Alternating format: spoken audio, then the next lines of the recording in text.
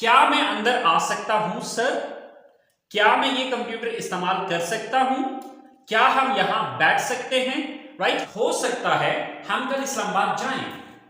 Second sentence है शायद अली मुझे फोन करे। लास्ट सेंटेंस है शायद वो इस साल शादी करें।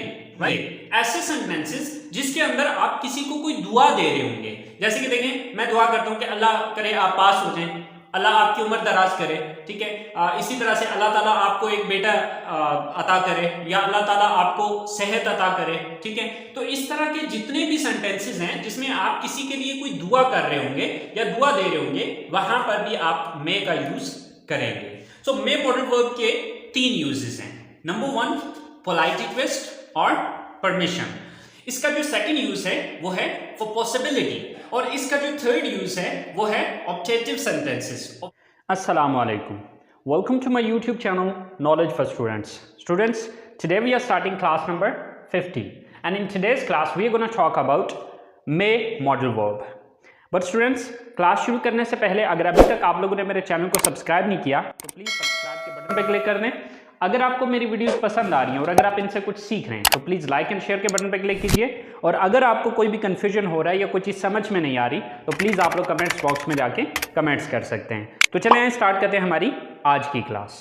तो स्टूडेंट्स, आज हम लोग बात करने जा रहे हैं मे मॉडल वर्ब की। सो मे मॉडल वर्ब के तीन यूजेस हैं। नंबर वन, पोलाइट रिक्वेस्ट और permission. I mean we use may modal verb for polite request और परमिशन, यानी कि मुहज्जब अंदाज में किसी से कोई रिक्वेस्ट करने के लिए या इजाजत लेने या देने के लिए हम इसका इस्तेमाल करते हैं। यानी कि एहतराम के साथ अगर आप किसी से कोई इजाजत लेना चाहते हैं या किसी को कोई इजाजत देना चाहते हैं तो उसके लिए आप मे मॉडल वर्ब का यूज करेंगे। इसका जो सेकंड यूज है वो है फॉर पॉसिबिलिटी।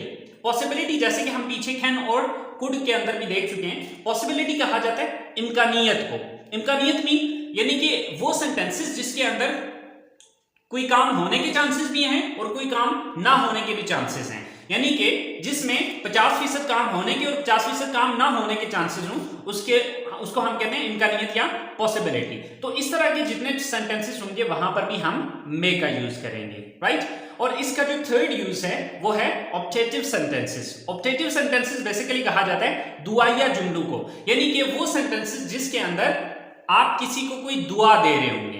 ओके, तो अब इन तीनों चीजों को हम अलग-अलग डिटेल से पढ़ते हैं। तो चलिए देखते हैं हम इन तीनों तरह के सेंटेंसेस को। और सबसे पहले हम बात करेंगे फॉर पोलाइट रिक्वेस्ट और फॉर परमिशन। तो स्टूडेंट्स, मे मॉडल वर्ब का फर्स्ट यूज है फॉर पोलाइट रिक्वेस्ट या फॉर परमिशन, राइट। अब परमिशन या पोलाइट रिक्वेस्ट हम नॉर्मली किस तरह से करेंगे उसका तरीकाकार ये है कि first of all you have to use may, after that subject, then first form of the verb, then object और other word, at the end there is a question mark, right. अब जैसे कि देखें, क्या मैं अंदर आ सकता हूं सर? क्या मैं ये कंप्यूटर इस्तेमाल कर सकता हूं? क्या हम यहां बैठ सकते हैं? राइट।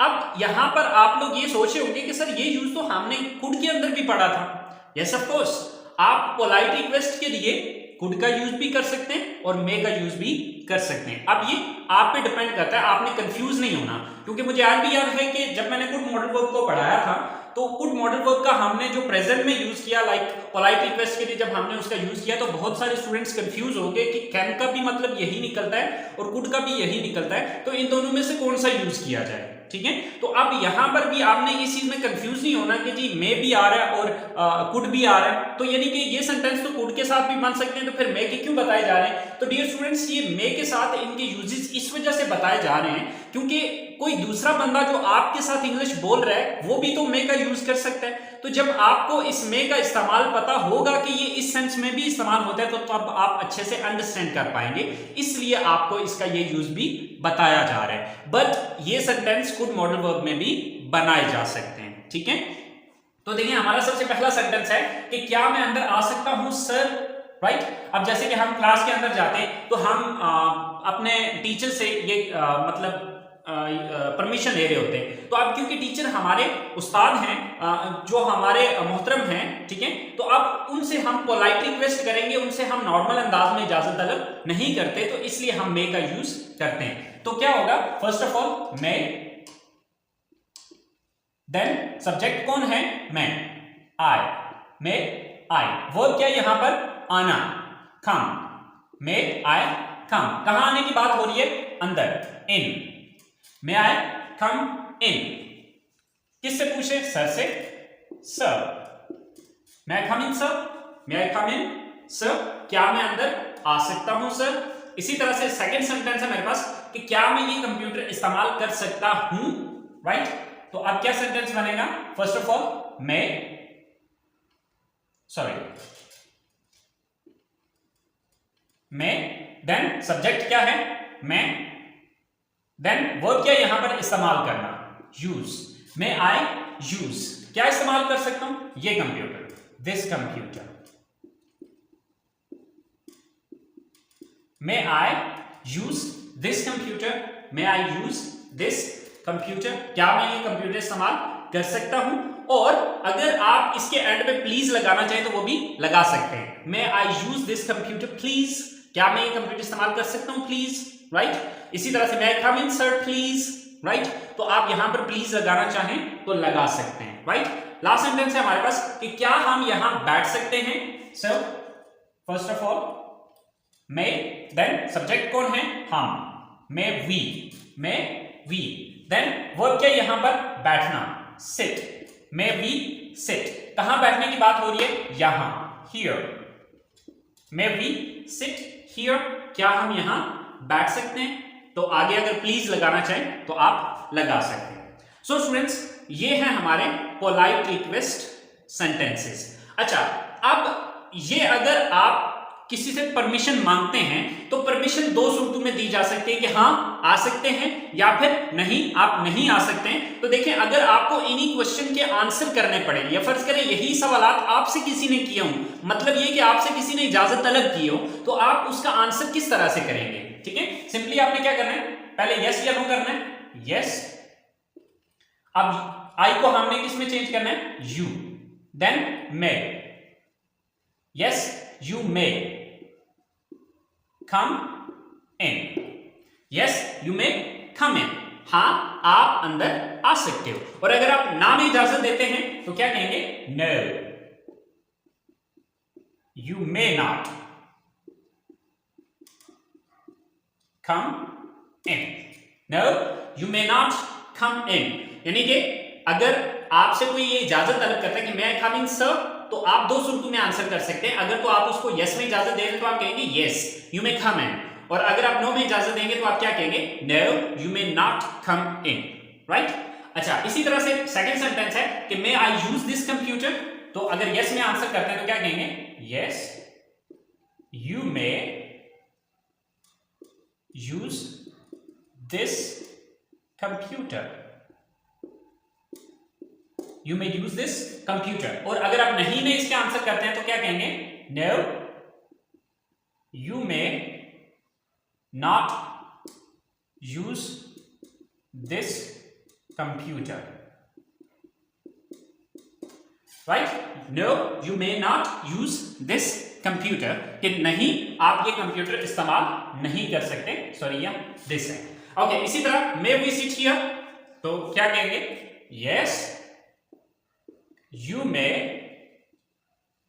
sit here, या no you may not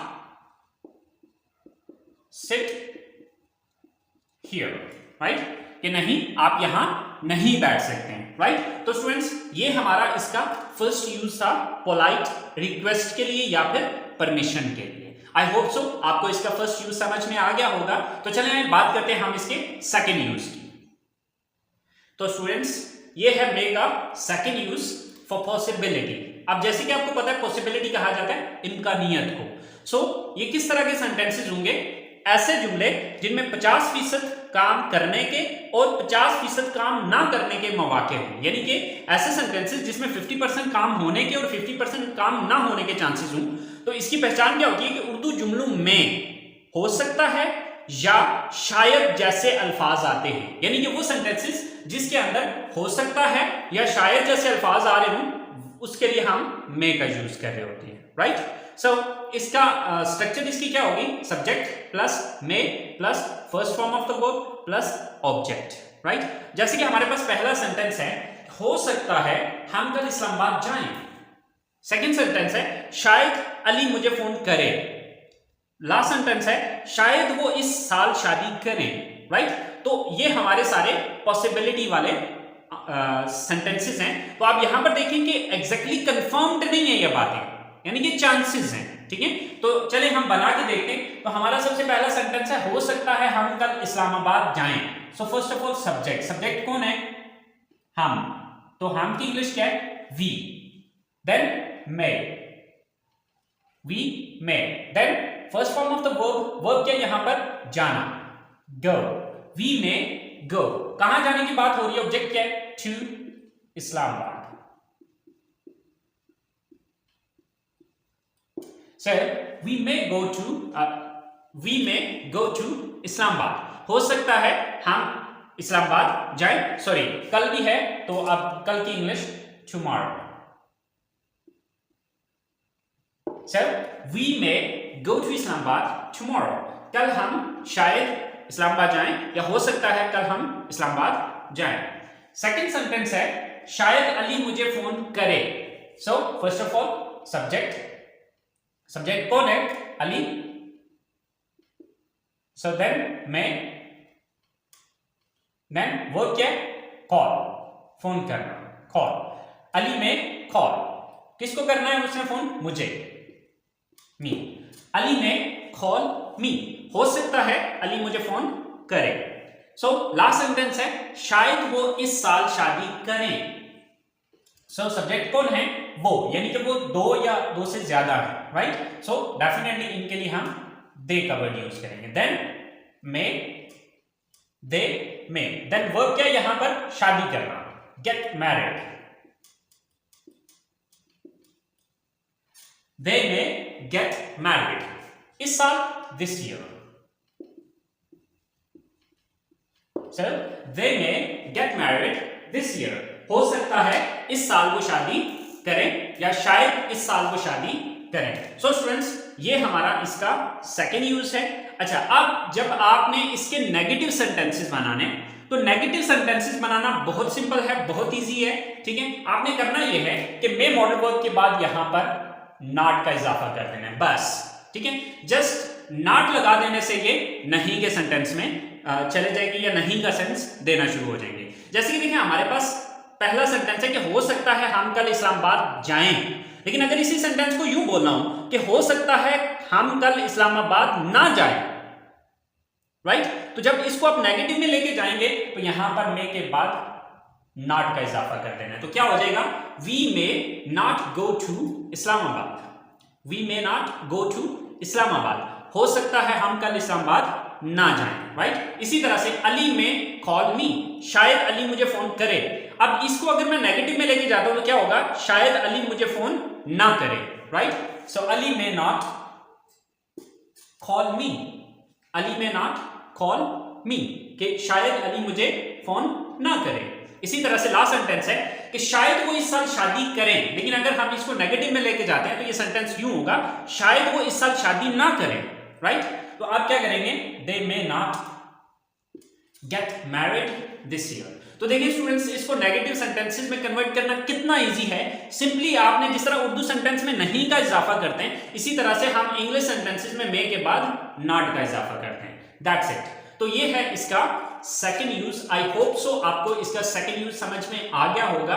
तो चले आए, अब हम बात करते हैं इसकी थर्ड यूज की। यस, लेकिन इसका थर्ड यूज शुरू करने से पहले मैं आपको ये चीज बता दूं कि इसके इंट्रोगेटिव सेंटेंसेस नहीं है, यानी कि पॉसिबिलिटी के लिए इसके इंट्रोगेटिव सेंटेंसेस नहीं होंगे, ठीक है।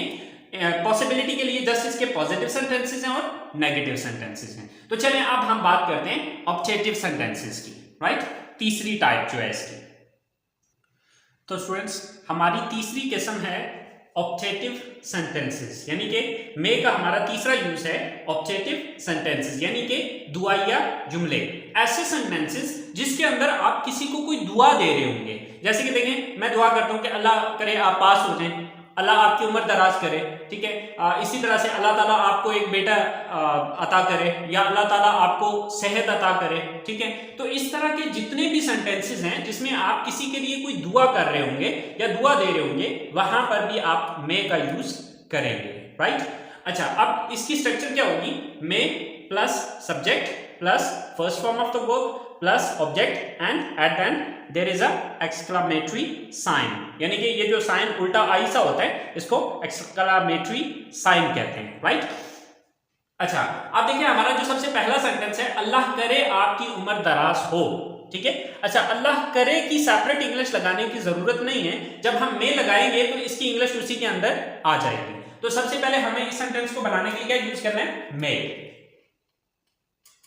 देन आप यू, यानी कि सब्जेक्ट कौन है?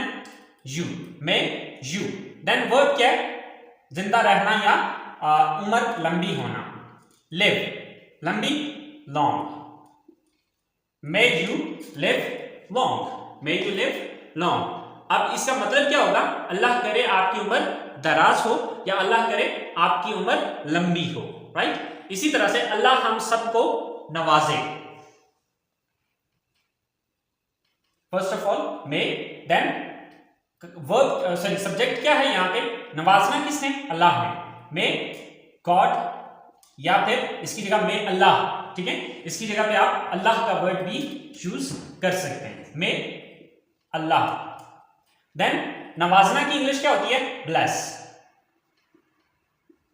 हम सबको bless us all, may Allah bless us all, Allah हम सबको नवाजे। अल्लाह करे आपकी टीम जीत जाए, right. So first of all may, then subject कौन है? आपकी team, your team, may your team. Verb क्या है यहां पर? काम क्या है? जीतना, make your team win, Allah करे आपकी टीम जीत जाए। सो स्टूडेंट्स, इस तरह से ये हजारों के हिसाब से सेंटेंसेस बनेंगे। सो आप लोग इसी तरह से इस स्ट्रक्चर को फॉलो करते हुए सेंटेंसेस बना सकते हैं। सो आई होप सो आपको मे के सेंटेंसेस की समझ आ गई होगी। तो स्टूडेंट्स, हमने मे मॉडल वर्ब के 3 यूजेस पढ़े। जो इसका फर्स्ट यूज था वो हमने पढ़ा था पोलाइट रिक्वेस्ट या परमिशन के लिए, इसका सेकंड यूज हमने पढ़ा पॉसिबिलिटी के लिए, एंड इसका थर्ड यूज पढ़ा फॉर ऑब्जेक्टिव सेंटेंसेस यानी कि दुआया जुमले। आई होप सो आपको इसके 3 यूजेस समझ आ गए होंगे। अगर फिर भी कोई कंफ्यूजन है तो प्लीज आपको कमेंट्स बॉक्स में जाके कमेंट्स कीजिएगा, इंशाल्लाह मैं आपको गाइड कर दूंगा। सो स्टूडेंट्स, नेक्स्ट क्लास तक के लिए मुझे इजाजत दीजिए, दुआओं में याद रखिएगा। अल्लाह हाफिज।